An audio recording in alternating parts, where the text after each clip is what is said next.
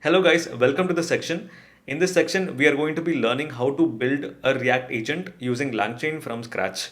And this is particularly important because this will form the foundation for the rest of the course, because later on we'll be building the same thing using LangGraph and you'll be able to see the differences very easily. So let us go ahead and set up the development environment. So the first thing that I'm going to do is I'm just going to create a folder called LangGraph, let's say, and I'm going to open it in my Visual Studio Code. Okay, let's make sure that it is all zoomed in properly. All right.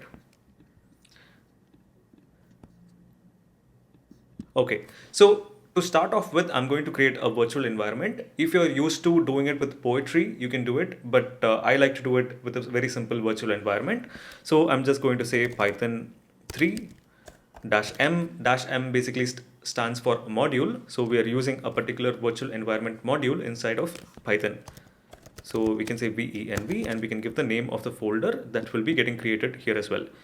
These are prerequisites. A virtual environment is basically something where you can have all of your packages contained and you don't want to have it available globally, right? Okay, so now that the virtual environment is created right here, we have to go ahead and activate this virtual environment next. So basically we have to go inside of this bin and then activate this particular file. So I'm just going to say source venv bin and then activate. Perfect. So now you can see that in the terminal, you can see that we have this venv right here.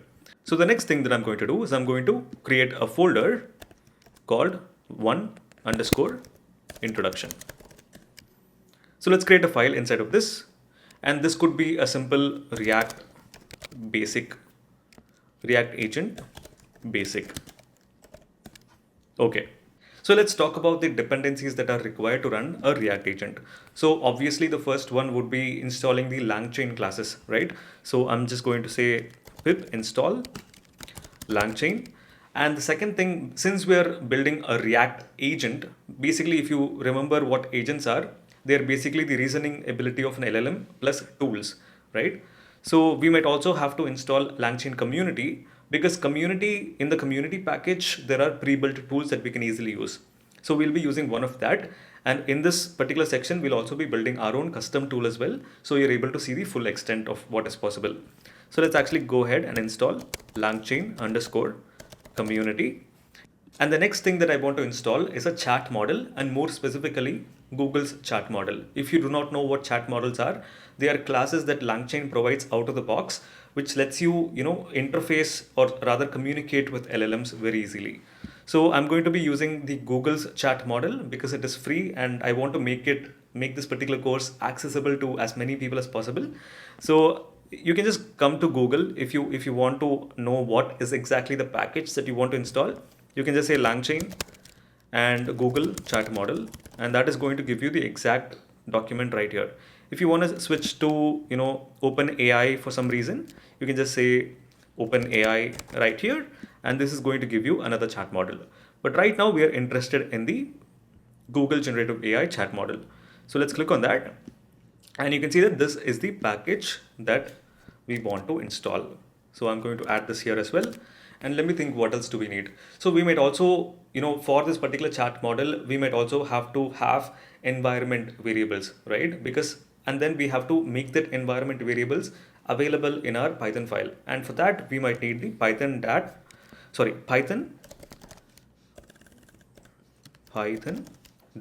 dot env. All right.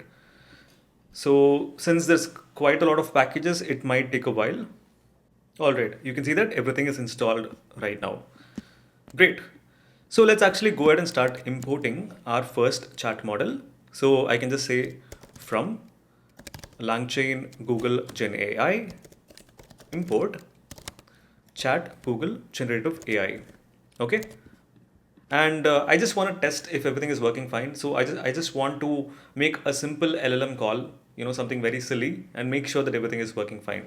So I can just say LLM, and I can just initialize this particular class.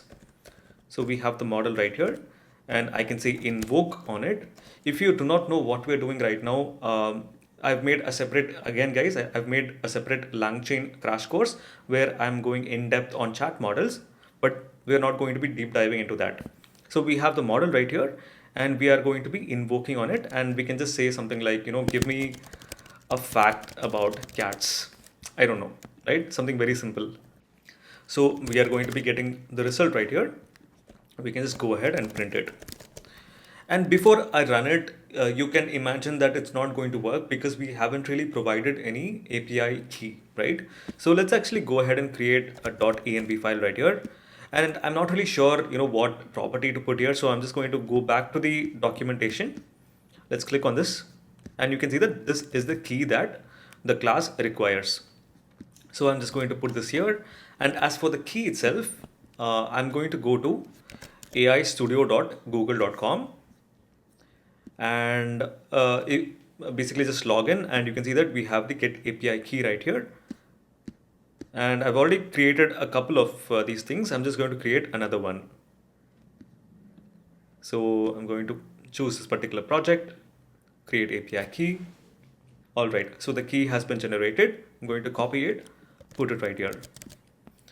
And now the second step is to actually have this environment variable be available inside of this particular file, right? We need to load the environment variables. And for that, we already installed a package. So I'm going to say .env, and then I'm going to import the load.env. So I have to call this particular method right here. And now basically everything that we have inside of here is going to be available in this file. All right, so now everything should work fine. So let me actually go ahead and run this file.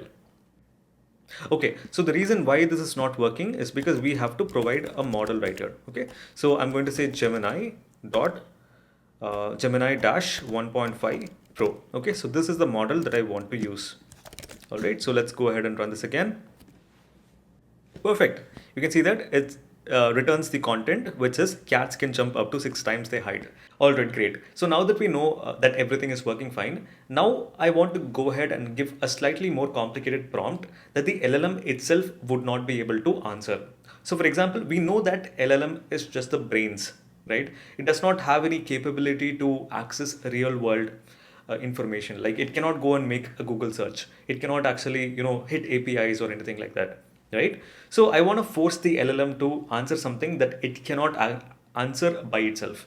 So, I'm going to think something funny. I'm going to say, uh, give me a tweet about today's weather in Bangalore. You can imagine that the LLM couldn't possibly give an accurate answer because it cannot access today's information, because it cannot access, the Google search API or anything like that, right? So let's actually go ahead and let's see what happens. All right. So you can see that it says Bangalore weather today, pleasant with a mix of sun and clouds. Expect a high. You can already see that it has placeholders right here, right? And a low of might feel a bit humid. You can see that this is not really accurate. What is essentially happening is the LLM is sort of hallucinating an answer, an accurate answer. It is thinking that it is giving an accurate answer, but it is actually not. Okay, so this is exactly why we need to provide tools to the LLM so that it can actually use those tools and then call those particular functions and get accurate answers. So let us see how we can actually go ahead and create an agent. So I'm going to comment both of these lines out, and I'm going to use a method that LangChain provides out of the box, which is called initialize agent. So I'm just going to say langchain.agents. I'm going to use the agents module, and from that I'm going to use the initialize agent method. And this is a very convenient method that LangChain provides that lets you create an agent very quickly. So I'm going to say agent, and then I'm going to use this initialize agent, and this takes in a couple of properties.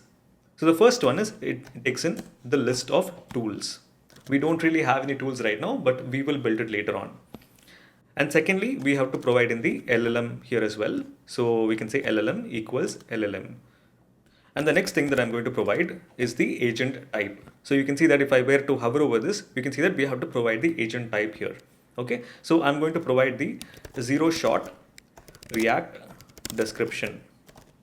So I know that we haven't actually looked at the exact prompt, the React prompt yet, but we will look at it in a minute. But we already know that, it follows the thought action observation loop, right? So we will look at the actual prompt later on. It is baked inside of this particular method. Okay, so if you're wondering also what is this zero shot, it basically means that you're prompting the agent is doing something without any prior knowledge. You're not actually giving it examples or anything. It is doing it based on its own reasoning ability from scratch without any prior knowledge that we are giving it. All right. And finally, I'm also going to provide verbose equals true. So that, every time some information, something is happening inside of the agent, we'll be able to see exactly what it is thinking, what it is observing, everything in the console right here. All right, cool. Now let's actually go ahead and invoke the agent. And now we can provide in our prompt right here. So I'm going to copy the same prompt that we put in earlier, and let's see what happens. We don't really have to return a particular result and then print it out because the verbose is true already. Okay, so let's actually go ahead and run this file. Let's clear the terminal and run this file. Okay, so it says that got no tools for zero shot agent. At least one tool must be provided. Okay, so if you get this error, just make sure that there should be at least one tool provided in this particular list right here. So right now you must think about what is that tool or tools that we have to provide to this React agent in order for it to use it and then solve this particular problem of giving a tweet about today's weather in Bangalore. So you can imagine that we need the Google search tool, right? So for this, there is a pre-built tool. We are going to be using a pre-built tool first, and then we will also see a case where we can write it by ourselves as well. So I'm just going to go ahead and say LangChain community dot tools, and from this tools I am going to use the Tabili search tool.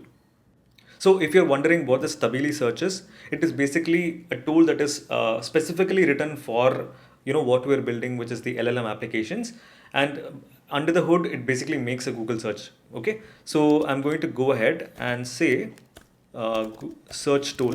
Okay, let's say search tool, and let's go ahead and initialize this particular class. And also regarding the arguments that we have to send inside of this class, you can see that we already have plenty right here.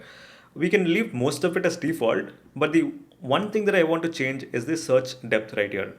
You can see that the search depth is set to advanced. We don't really want advanced for this case. Advanced basically means that it is going to collect a lot more information, a lot more data from the search results. But the query that we have right here is going to be a very simple query. So we don't really need that much information. So I'm going to set it to the search depth. I'm going to set it to basic.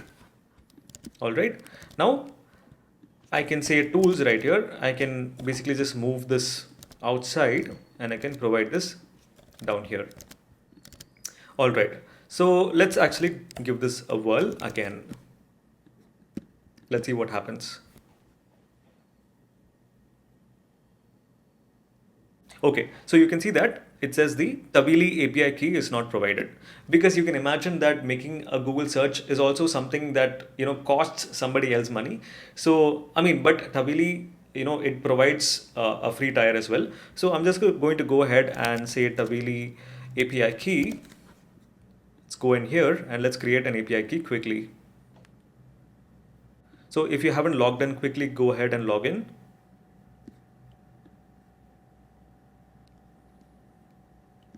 All right, you can see that I've already created one thing. Let's create another one right here.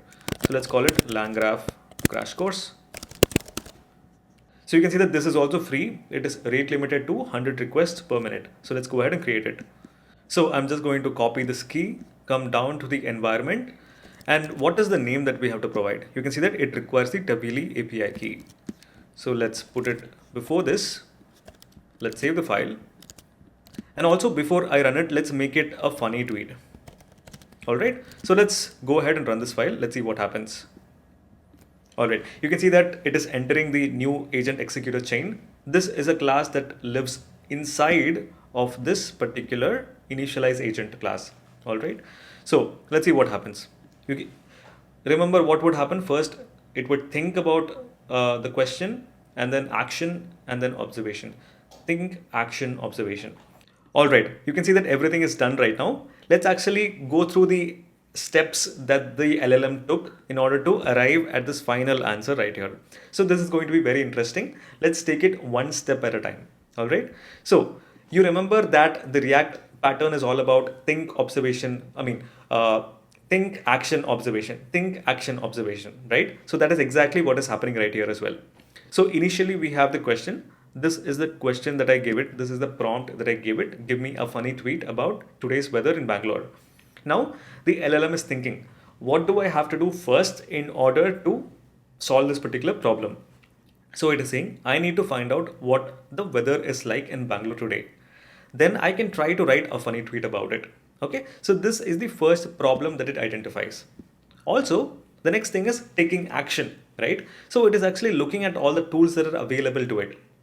If you are curious how the LLM has access to, what are the tools that we provided here, so this initialize agent method is doing a lot of magic under the hood. It is providing the description of this particular tool as well as the, basically the contents of that particular function to the LLM. Okay, so that is why the LLM is able to make a guess that this is the tool that I want to use. Okay, so it is saying I want to take action on this Tavili search results JSON tool right here. So right after it identifies that, this is the tool that I want to use, it is suggesting an input to that particular tool. So basically tools are like functions and functions require inputs, right? So it is actually suggesting this search term right here, weather in Bangalore today. So as soon as the LLM suggests this particular thing, and as soon as this observation, basically it's streaming, right? The LLM is streaming information. As soon as this information keyword is encountered by this particular tool, this initialize agent method, the control flow is stopped, and the control flow basically comes back to our LangChain environment. This is very, very important. Okay, so up until this point is where the LLM is in control. So right after this observation keyword is hit, this initialize agent is going to sever the connection with the LLM. Okay, and it is going to come back, and at the same time this initialize agent also has access to, okay, this is a tool that the LLM suggested me to execute, this is the input. So this particular tool is going to call this particular Tabili search results tool. Okay, I really hope that you understood this particular part. This is very important.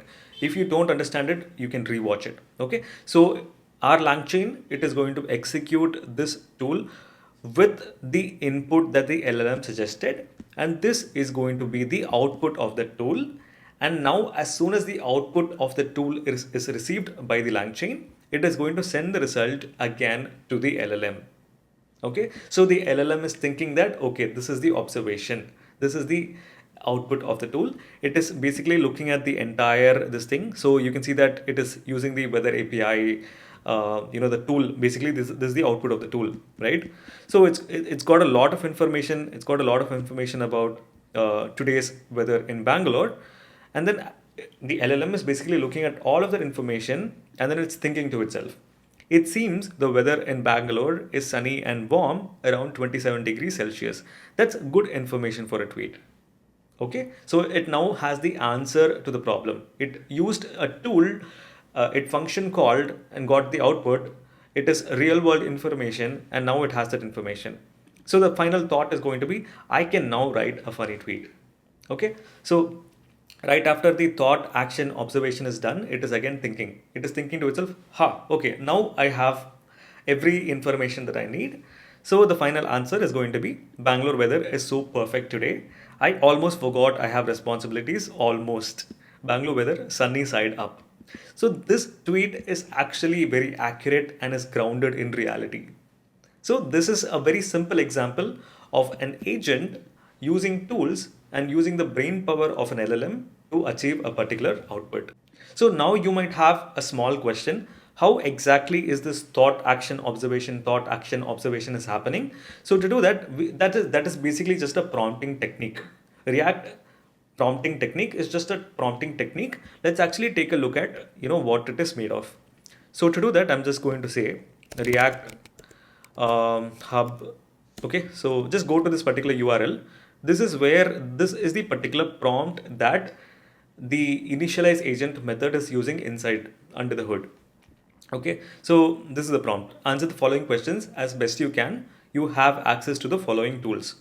So the list of all the tools are provided to the agent in a different format that it can understand. So we are also instructing the LLM, use the following format. question, the input question you must answer, the thought, you should always think about what to do. All of this we've already seen, right? Action, the action to take should be one of the tool names. And that is exactly what we saw in the terminal as well. And then action input, the input to the action, right? The input to the tool. And then finally, our observation, observing the result of the action. And then this thing goes on and on and on n times until all of the problems are solved in order to give the final answer. Okay, so finally we are saying thought, I now know the final answer. And then finally we have the final answer to the original input question. So the question, the actual user question is provided right here. And this agent scratchpad is very important.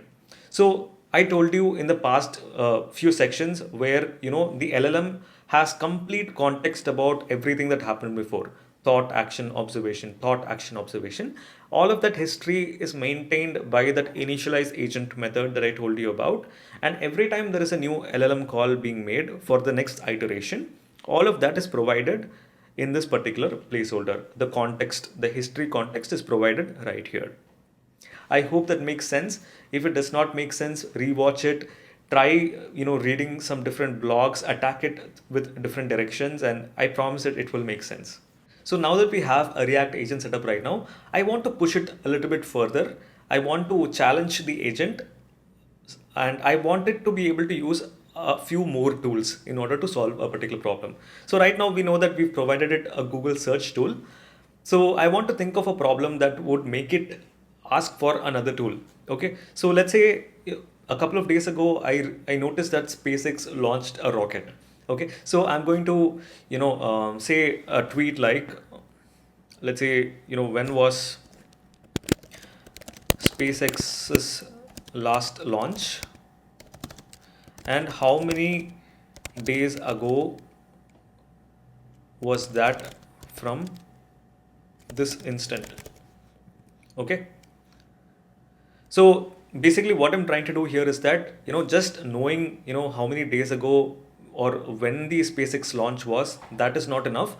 The agent also needs context about what is the current time of my particular system right here. I'm currently in India, right? If somebody else were to run the agent, it's going to show a different time. So our agent not just needs the Google search facilities, but at the same time it also requires the current system time, which we have not provided as a tool just yet. Okay, so we will be providing that later on, but for now I just want to run it and let's see what we actually get. So I'm going to run this. Let's clear this out. Let's see what happens. So again, you can see that entering new executor, agent executor chain. Okay, so the question, when was SpaceX's last launch? This is what I provided. And you can see that it is thinking. I need to find the date of the most recent. Okay, let's actually scroll up. It is going to think for a while, but let's actually make sure that we understand what is happening right here. So it is thinking to itself, I need to find the date of the most recent SpaceX launch and then calculate the difference between that date and today. I can use the Tabili search results tool to find this information. Okay, so this much, it is first figuring out first part of the problem, which is when did the SpaceX's launch happen. So it is actually providing the input to the tool, which is SpaceX most recent launch date. And this is going to be the result of the tool. It is again being sent back to the LLM and then fine, let's see what happens next. So it is thinking to itself, the search results indicate the most recent launch was a Starlink mission on January 1, I think it's 18th, 2025. And now I need to calculate how many days ago was that. Okay, all right. So you can see that this is the second problem that it needs to solve. And now it is taking an action, calculate days since, right? So the action input is going to be this thing. You can see that this is not even a valid tool, right? We haven't actually provided a tool like this. It is actually starting to hallucinate a tool, sort of trying to fit its own flow, right? But it's not going to work. It is actually saying the observation, calculate day since is not a valid tool. Try one of these particular tools. And it's saying that thought, I can't calculate the days since the date using the available tools. I'll try searching for the number of days between this and this. I'll need today's date first. and then it is doing another. It's actually trying to figure it out using the one tool that it has, guys. This is amazing. So you can see what is today's date, right? And then it is making another API call. Today's date is February 7th or February 8th, depending on the source and the time zone, right? Right now it's actually neither, right? Right now it's neither. Currently it's ninth where I am right now, but it is not accurate because we are not really providing the current system time. So you can see that there's another observation, and then it's not working.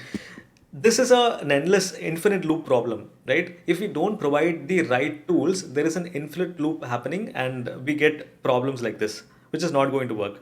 Okay, so which is why this actually brings us to another problem, which we'll look at later. This is one of the issues that we can run into when we try to work with React agents if we do not provide the right tools. So let's deal with that later. But for now, I'm going to provide a current system time tool so that the agent can actually make use of it, get my current system time using a Python library, date time library, and that should, it should be able to solve it very easily. So to do that, I'm going to paste a tool that I've just written. Okay. So this uses the date time module. I'm just going to quickly import the date time module right here. Okay, so let's walk through what is exactly this particular function. Okay, so this function basically just returns the current date and time in this particular specified format. Okay, so this just makes use of the date time module, and then it formats it based on this particular formatting right here. So if the LLM in the future needs only the time or the minutes or the years or something, it can actually modify this particular input argument. But for now, we're just having a default argument right here, which we're providing, and this is just going to return the current system time. So now let's actually make this tool available to the agent. So to do that, we can just put it in this particular array, and that is it. But if you run it, it's not going to work because there is one more thing that we have to do, which is we have to explicitly let LangChain know that this function is a tool. And to do that, we can just go right here. We can just use this tool, this thing, and then we can use this particular notation. And this is going to make it apparent to LangChain that this is going to be a tool. So accordingly, it is going to format it and send it to LLM, right? All right. So now it should so now to solve this particular problem, the agent has all the tools required. So let's actually give it a whirl again, and we should be able to get the final answer. Let's try it. And also, guys, you can see that it says LangGraph. It's already suggesting that this is deprecated, use LangGraph, right? Because that is the direction that we are also going in this particular course. But for now, let's actually learn how React agents work first. Entering new agent executor chain. Let's wait for a while. All right. So the question, this is my question. Thought I need to, okay, let's scroll up. So thought I need to find the date of this thing. This we've already seen the last time. It's searching this thing. It's sending this particular keyword to the search tool. The search tool is, calling, and it's outputting this particular result. Coming down, it is again thinking, it seems the last confirmed launch is January 15th. I need to get today's date to calculate the difference, right? So it is saying this, and now it is properly going and looking at the tool that we've provided, which is the get system time tool. It is also providing the input that the LLM wants the tool to execute with. Okay, so instead of this hours, minutes, and seconds, it is only providing years, months, and date. Right, it is actually making an intelligent decision right here, and again the control flow comes back to LangChain, and then this particular tool is executed by LangChain, and then this is the observation which is again sent to the LLM, and then thought. Today is February 9, 2025. The last launch was around January 15th. That's roughly 25 days ago. So the last SpaceX launch was around January 15th, which is approximately 25 days ago. So this is an accurate answer that is grounded in reality, and that the agent is actually making use of real world APIs, real world functions, real system time in order to calculate this thing. And that is the power of React agents. But a couple of minutes ago, we saw that we ran into the infinite recur iteration problem, right? Because if we do not pass on the right tools, then the it can actually misbehave. So that is one of the disadvantages, but there's also a few other disadvantages. So I hope that this was clear. In the next section, we will actually look at what are the disadvantages when it comes to using React agents and how does LangGraph actually solve those problems. So I'll see you there.